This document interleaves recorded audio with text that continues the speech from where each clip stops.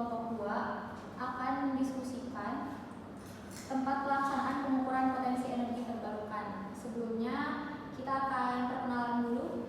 Saya Puji Fikar dari NPM 237002006.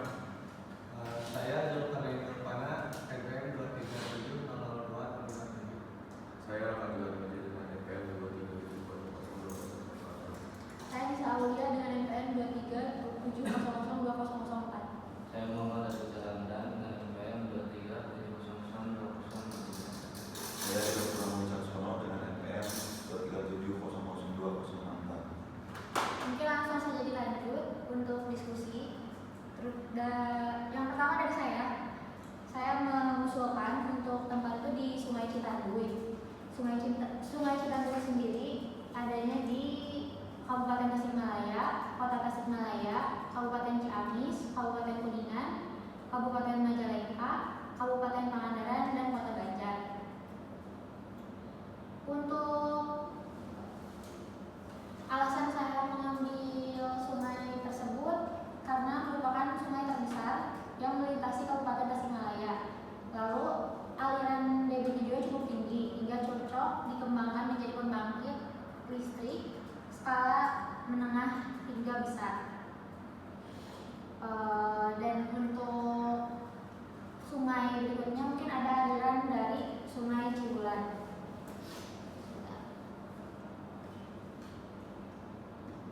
Sungai Cibulan sendiri itu das besar dari Tasikmalaya bersama Citandui yang memiliki banyak anak sungai curang.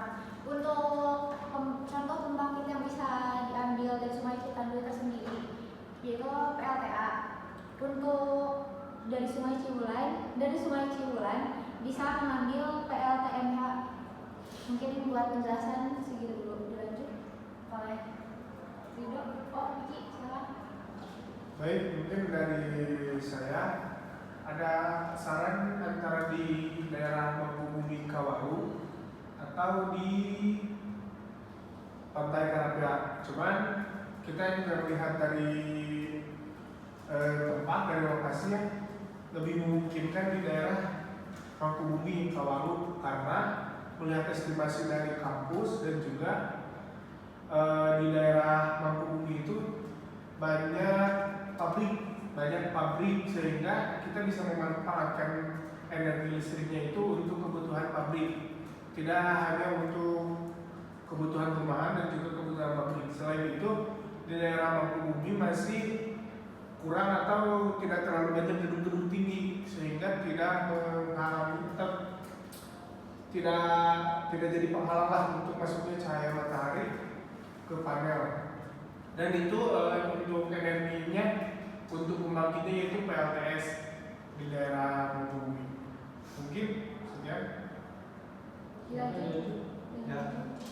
Kalau dari saya sendiri ya, terutama khususnya daerah Tasik, melihat di lokasi Ciangir yaitu tempat pembuangan sampah akhir ya TPA. Nah, dari saya sendiri itu merencanakan membuat PLTSA gitu. Dikarenakan melihat potensi sampah di Tasik itu sekarang dari 2023 dilaporkan sekitar 214 ton per harinya. Bisa bagus gitu kalau dibuatkan PLTSA di Ciangir. Lalu untuk potensi bahan bakar PLTSA ini tinggi karena timbulnya sampah harian sangat banyak. Terus terjadi masalah lingkungan, sampah yang terbuang menimbulkan bau dan polusi. Jadi daripada seperti itu mending dimanfaatkan membuat PLTSA di Tasik. Mungkin saran dari saya mas segitu aja sih buat di Tasik. Kalau saran dari saya itu belum di Kabupaten Tasikmalaya. Kenapa saya mengusulkan tempat tersebut karena sebagai lokasi bisa dimanfaatkan sebagai lokasi pengembangan pembangkit listrik tenaga panas bumi karena merupakan kawasan vulkanik aktif yang memiliki potensi panas bumi besar akibat aktivitas magma yang di bawah permukaan. Jadi keberadaan sumber air panas dan struktur geologi vulkanik itu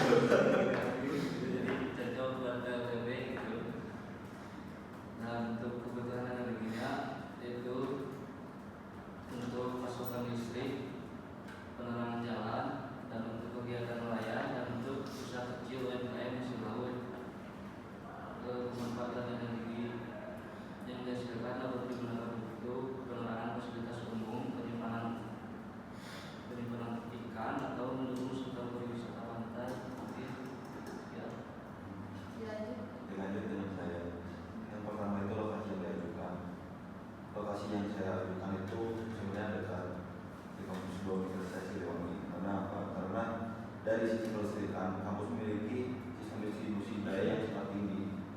Nah, saya terpikirlah kenapa saya memilih di kampus 2 Universitas Siliwangi.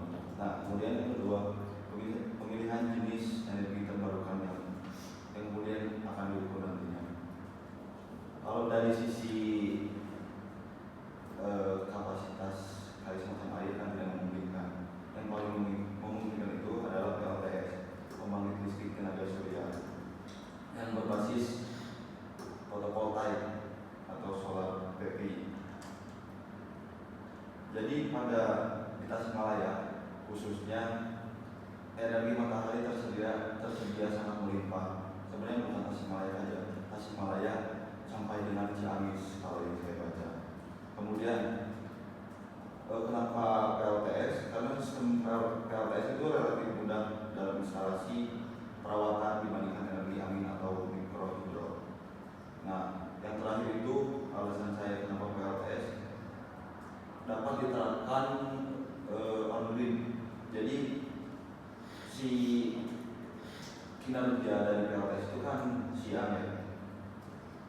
Kemudian dari produktif kampus itu siang, otomatis sehingga dapat langsung terintegrasi dari PLTS ke si jaringan listrik di kampus ini. Kemudian yang ketiga, latar belakang pemilihan lokasi.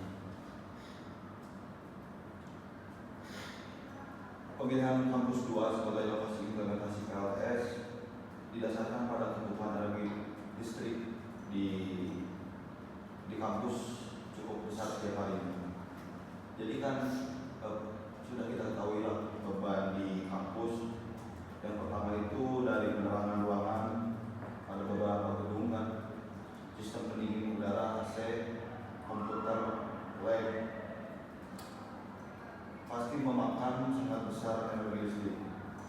Jadi dengan meningkatnya kebutuhan energi serta kenaikan tarif listrik, otomatis dong kita harus ada alternatif lain supaya lebih efisiensi dan berkelanjutan ke depan. Nah, di sisi lain kita harus membahas sisi lain iklim tropis di Tasikmalaya ini dengan intensitas sinar matahari yang sangat bagus. Apa salahnya kita menggunakan sinar matahari yang memang cukup stabil lah dibilang per tahunnya. Jadi hal ini menjadikan energi surya sebagai pilihan paling optimal dibandingkan energi angin. Nah, kemudian pemanfaatan listrik dan dari energi terbarukan. Energi yang dihasilkan dari sistem PLTS dapat dimanfaatkan ada beberapa macam. Yang pertama itu menyediakan daya untuk yang tadi penerangan ruangan dan gedung. Yang kedua mendukung kegiatan praktikum di laboratorium teknik elektro, karena di sisi lain pemanfaatan untuk gedung bisa juga dijadikan penelitian sekaligus penelitian untuk mahasiswa teknik elektro. Yang tiga, mengurangi beban puncak listrik pada siang hari. Kan tadi sudah disebut sistem on grid. Energi yang dihasilkan pada siang hari dapat langsung digunakan oleh beban kampus. Makanya saya memilih PLTS. Kemudian yang terakhir, faktor penguat pemilih lokasi berdasarkan keilmuan. Yang pertama itu ada beberapa faktor. Yang pertama kesesuaian profil beban. Yang kedua itu potensi penelitian dan pengembangan. Yang ketiga itu aspek struktural.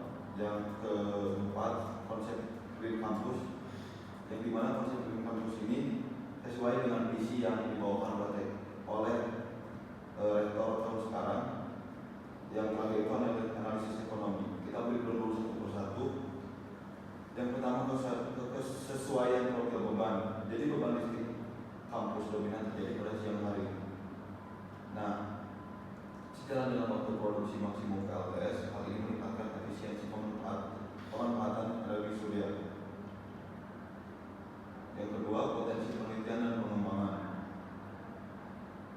Sebagai sebagai kita institusi pendidikan, kita harus mengetahui instalasi PLTS dapat dimanfaatkan ada beberapa macam. Yang pertama itu media praktikum yang tadi saya sebutkan. Yang kedua objek penelitian sama studi efisiensi energi, dan yang terakhir implementasi smart monitoring berbasis IoT. Nah, kemudian kita akan membahas aspek struktur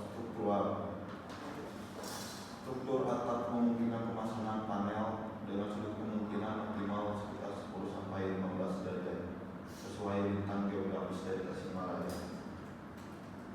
Nah, yang tadi saya sebutkan terkait konsep Green Campus. Jadi kan PLTS sangat ramah lingkungannya. Bukan tidak ada, tapi sedikitnya kita mengurangi jejak karbon serta meningkatkan peran institusi sebagai kampus yang mendukung energi bersih. Yang terakhir, analisis ekonomi dalam jangka panjang. Jadi investasi dari memang kalau PLTS dari awal itu lumayan cukup memakan biaya, tapi untuk berkelanjutan sangat efisien dan efektif. Jadi investasi awal pemasangan panel surya dapat dikompensasi oleh penghemat biaya listrik bulanan. Nah, perbandingan itu di situ tuh return of investment ROI umumnya dapat dicapai dalam 5 sampai 8 tahun tergantung kapasitas sistem. Jadi kalau memang sekarang untuk perihal dari sisi ekonomi memang akan lebih berat, tapi kita akan berdampak ketika nantinya 5 sampai 8 tahun, kurang lebih seperti itu. Kembalikan. Ini lanjut buat kami tadi seperti apa dan kita nantinya bakal pilihnya yang mana. Ya. Mungkin ada saran dari yang lainnya buat hasil akhirnya kita pilih. Karena kita akan mengukur terkait energi terbarukan pembangkit ini dari pandangan kalian kan udah nyaranin inovasi yang dilakukan perbandingan dan pertimbangan lain. Alangkah baiknya jika memang kita mengambil yang lokasi yang memang menurut saya terdekat, karena di sisi lain dan di sisi waktu kita tahu lah mahasiswa kesibukannya bukan hanya mengerjakan tugas, tapi harus juga menjalankan kewajiban tugas ini. Jadi memilih jarak yang paling efektif, yang paling dekat menurut saya. Dan kemudian membahas tentang perbandingan lebih ribet mana sih atau bahasa kasarnya antara pembangkit 1 dan pembangkit 2, perbandingannya di situ, dan kesiapan dari teman-teman barangkali untuk mempertimbangkan semuanya terkait biaya, waktu, dan tenaga pikiran mungkin bisa dipertimbangkan. Paling ada saran lain dari teman-teman? Mungkin kalau dari saya, menurut saya mendingan tadi yang terakhir yang di kampus 2 PLTS. Soalnya kan selain kita bisa mengembangkan si pembangkit ini, kita juga bisa dibilang membuktikan bahwa emang teknik elektro di kampus 2 itu emang punya PLTS.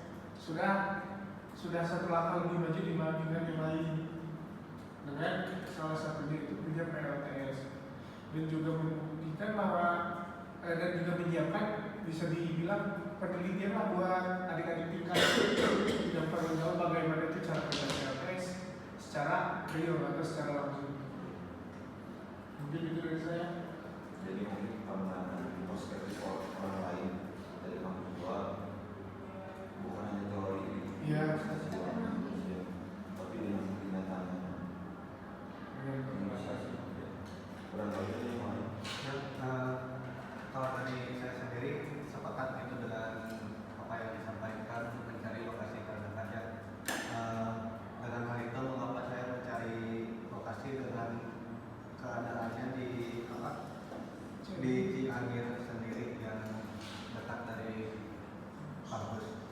Mungkin itu udah jadi salah satu pertimbangan saya ya, tetapi setelah didiskusikan kembali ada pembahasan gitu di bawahnya di kampus juga sendiri gitu.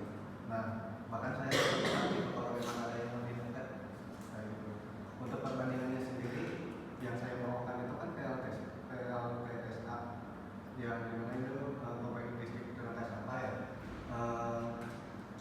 Di Indonesia juga kalau nggak salah itu untuk output listrik yang dihasilkannya itu masih belum besar gitu. Jadi kalau kita juga sebagai mahasiswa kalau mau membuat PLTSA ini sendiri pasti bakal ribet sih buat riset-riset kayak gitunya. Mungkin bisa jadi salah satu perbandingan buat teman-teman juga. Kalau emang PLTS yang dibawakan oleh Hidro dengan banyak contoh yang sudah ada gitu, bisa jadi pertimbangan sih. Saya juga bisa sepakat ke situ PLTS.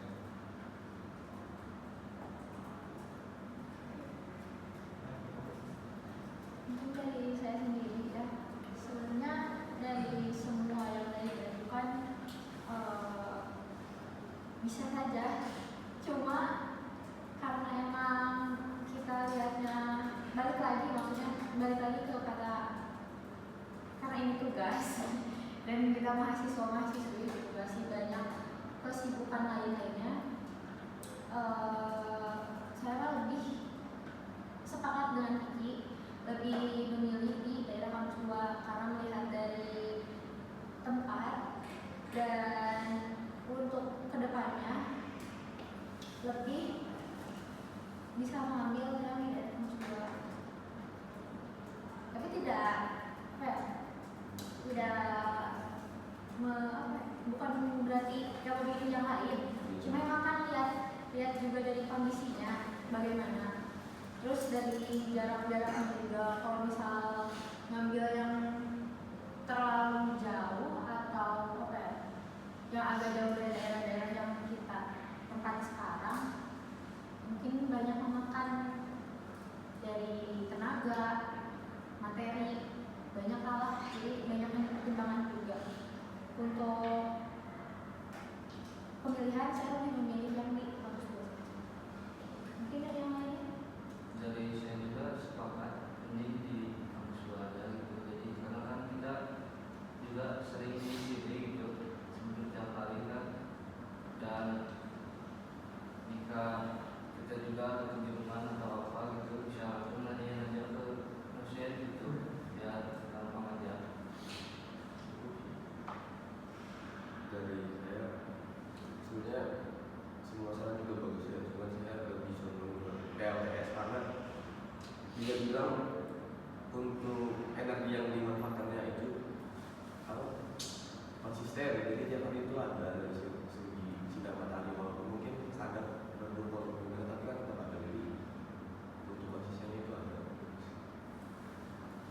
Nah, setelah berdiskusi terkait tema tadi, apakah kita akan memilih satu lokasi atau memang kita ada jalan dua lokasi lain ketika memang misalnya kita punya lokasi kampus 2 memang ada struggle atau segala macam yang memang tidak memungkinkan untuk pengumpulan atau pembuatan pembangkit listrik karena satu dan lain hal. Kemudian kita memang planning satu karena memang sudah setuju di kampus 2, memang itu sudah menjadi planning dari kita. Tapi alangkah baiknya ketika kita memang merencanakan satu rencana, harusnya kita memikirkan ketika gagal planning 1 kita harus merencanakan planning 2. Alangkah baiknya itu dikembalikan sih, hanya mengasih saran yang suka ke teman-teman. Tapi kayaknya dulu tadi yang pas di yang menghubungi itu apa? PLTS sebenarnya emang gak jauh beda sama yang di kampus 2, beda tempat doang. Cuman kan mungkin untuk cadangan bisa yang di Menghubungi atau yang di Kawalu. Problemnya itu kita harus mencari, bisa dibilang pabriknya. Pabrik atau ya bisa pabrik yang mau kerjasama mau kerja sama kita buat penelitiannya aja. Kalau memang pengen itu kan kalau buat cadangan bisa dibilang berarti nanti jalannya kita masih punya sesuatu yang masih belum ada kepastian ajuan dari kita. Cuman kita udah punya cadangan. Nah, cadangannya kalau misalkan mau yang di bumi itu bisa. Cuman kita nantinya harus mencari lokasinya dulu, harus mencari pabriknya dulu. Karena sistemnya sama caranya itu emang nggak jauh beda, bahkan sama. Tapi saya mau kita terkait pabrik, alasannya kenapa pabrik? Sebenarnya Karena memang kita terkendala dalam biaya, kita dengan alasan itu, atau memang ketika kita membuat memang di situ tuh dialirin ke pabrik atau bagaimana? Nah, kenapa saya menyarankan di pabrik tidak di perumahan? Melihat sekarang itu sebenarnya kalau misalkan kita di rumah-rumah itu bisa dimanapun itu ya. Cuman kenapa saya beli pabrik? Karena di pabrik itu konsumsi energinya cukup besar, maka dibilang besar. Juga kan kalau misalkan on-grid itu kan kalau kita lihat di pabrik itu kerjanya bisa ada yang memang 24 jam, ada yang siang. Setidaknya saat di siang kita sudah membackup si sumbernya itu dari matahari, dari panas surya itu. Jadi bisa efisiensi lah buat penggunaan energi di pabrik tersebut. Juga skalanya itu tidak terlalu kecil dan juga tidak terlalu besar. Soalnya kalau misalkan di perumahan skalanya itu bisa dibilang kecil, sehingga emang juga bisa gimana ya? Susahnya itu kita kan harus nyari rumah yang mana sih yang mau atau yang setuju sama melihat si tempatnya itu bisa dibilang si rumahnya itu jangan ada yang ngalamin buat cahaya matahari. Itu lebih ke pabrik. Iya, itu lebih ke pemanfaatan nantinya.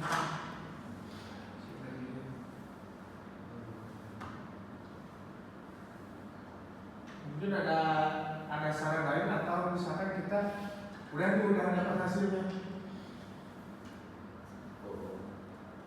Soalnya bisa ada nama-nama itu, bisa mau lokasi ini, lokasi itu, bagaimana memang, tapi sejauh ini dari pengetahuan saya terkait pembangkit memang paling mudah untuk dibuat memang dari PLTS. Bisa jadi PLTB atau pembangkit tenaga bayu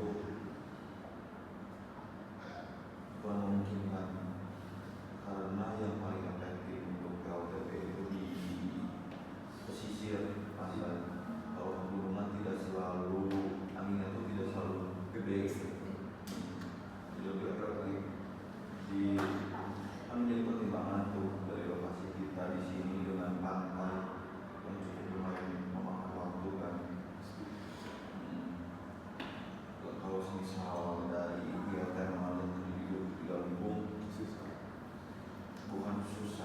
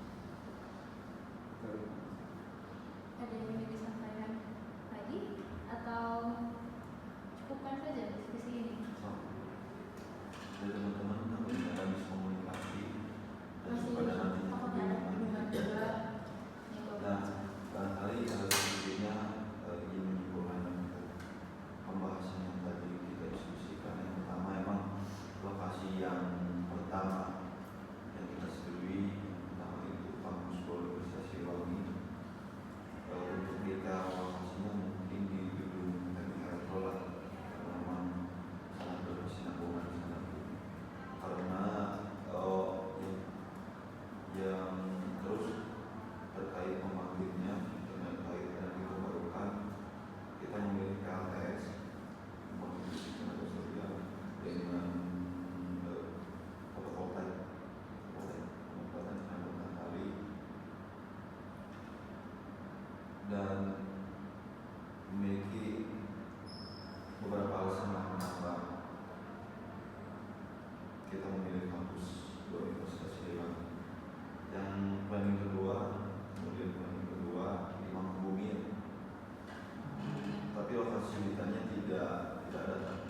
Jadi lokasi Mangkubumi saja sama pembangkit listrik tenaga surya dengan secara kinerja, secara perbandingan memang berbeda jauh dengan tadi yang pertama, karena mengingat dari pembangkit lain bukan kita tidak memungkinkan untuk pengukuran atau pembuatan, tapi kita di sini mencari yang lebih efisien,